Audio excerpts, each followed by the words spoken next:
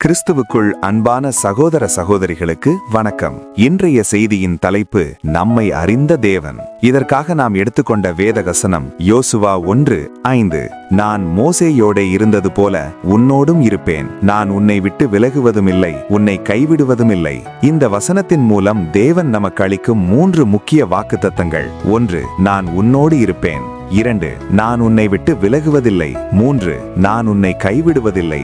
நடந்த ஒரு உண்மை சம்பவத்தை பகிர்ந்து கொள்ள ஆசைப்படுகிறேன். இதை கேட்கும்போது இது தற்செயலாக நடந்ததா அல்லது தேவனின் செயலா என எண்ணத் தோன்றும். ஒருமுறை ஒரு தேவ ஊழியர் தன் குடும்பத்துடன் காரில் பயணம் செய்து கொண்டிருந்தார். வழியில் உணவருந்த நின்றபோது அவர் மட்டும் மனபாரத்துடன் சற்று தூரம் நடந்து சென்றார். என்னை இவ்வளவு ஊழியம் செய்தும் என் மனபாரம் தீரவில்லையே, என்னை விசாரிக்க யாருமில்லையே என்ற சுய பரிதாபத்தில் அவர் அழுது கொண்டே ரோட்டோரமாய் நடந்து போய்க் கொண்டிருந்தார். அப்போது பக்கத்தில் இருந்த ஒரு பொது தொலைபேசி டெலிபோன் பூத் விடாமல் ஒலித்தது.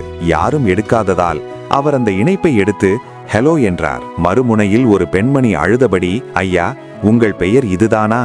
நீங்கள் அந்த தேவ ஊழியரா என்று கேட்டார். அந்த ஊழியர் அதிர்ந்து போனார். தான் அந்த ஊரில் அந்த பாதையில் இருப்பது யாருக்கும் தெரியாதே என யோசிக்கும் போதே அந்த பெண்மணி சொன்னார், ஐயா, நான் தற்கொலை செய்ய முடிவெடுத்து கடிதம் எழுதி வைத்துவிட்டு அழுதேன். அப்போது நீங்கள் கொடுத்த செய்தியை தொலைக்காட்சியில் பார்த்தேன். அப்போது உங்களிடம் பேச வேண்டும் என்கிற எண்ணம் எனக்குள் வந்தது.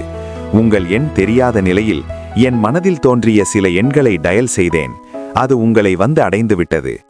அதன் பின்னர் அந்த பெண்மணியிடம் தேவனை குறித்து பேசி தேவனிடம் வரும்படி வழி நடத்தினார். தேவன் அந்த பெண்மணியை தற்கொலையிலிருந்து மீட்டது மட்டுமல்லாமல் என்னை விசாரிக்க யாருமில்லையே என்று கலங்கிய ஊழியருக்கும் நீ எங்கிருந்தாலும் நான் உன்னை அறிவேன் என்பதை தேவன் அவருக்கு புரிய வைத்தார். இதிலிருந்து நாம் கற்றுக்கொள்ள வேண்டியவை: 1. தேவன் எப்போதும் நம்மை கவனித்துக் கொண்டிருக்கிறார். நாம் எங்கே இருக்கிறோம், என்ன சிந்திக்கிறோம் என்பதை தேவன் ஒவ்வொரு நொடியும் அறிந்திருக்கிறார். 2. தேவன் நம்மை ஒருபோதும் கைவிடுவதில்லை. மனிதர்கள் நம்மை மறக்கலாம், ஆனால் நம்மை படைத்தவர் நம்மை ஒருபோதும் கைவிடுவதில்லை. 3. நாம் எதை குறித்தும் பயப்படவே வேண்டாம். உன்னை தொடுகிறவன் என் கண்மணியை தொடுகிறான் என்று சொன்ன தேவன் உங்கள் கண்ணீரை காண்கிறார். உங்களை ஒருபோதும் கைவிட மாட்டார். அன்பு சகோதர சகோதரிகளே, அந்த தேவ மனிதனின் இருப்பிடத்தை அறிந்த தேவன் இன்று நீங்கள் இருக்கும் சூழ்நிலையையும் அறிந்திருக்கிறார். எனக்கு யாருமில்லை என்று நீங்கள் கவலைப்பட வேண்டாம். உங்களை விசாரிக்க நம் தேவன் உண்டு. தேவன் உங்களோடு இருக்கிறார். அவர் உங்களை விட்டு விலகுவதில்லை, உங்களை கைவிடுவதில்லை என்பதை உணர்ந்து சோர்ந்து போகாமல் விசுவாசத்தில் நிலைத்திருங்கள். ஆமென்.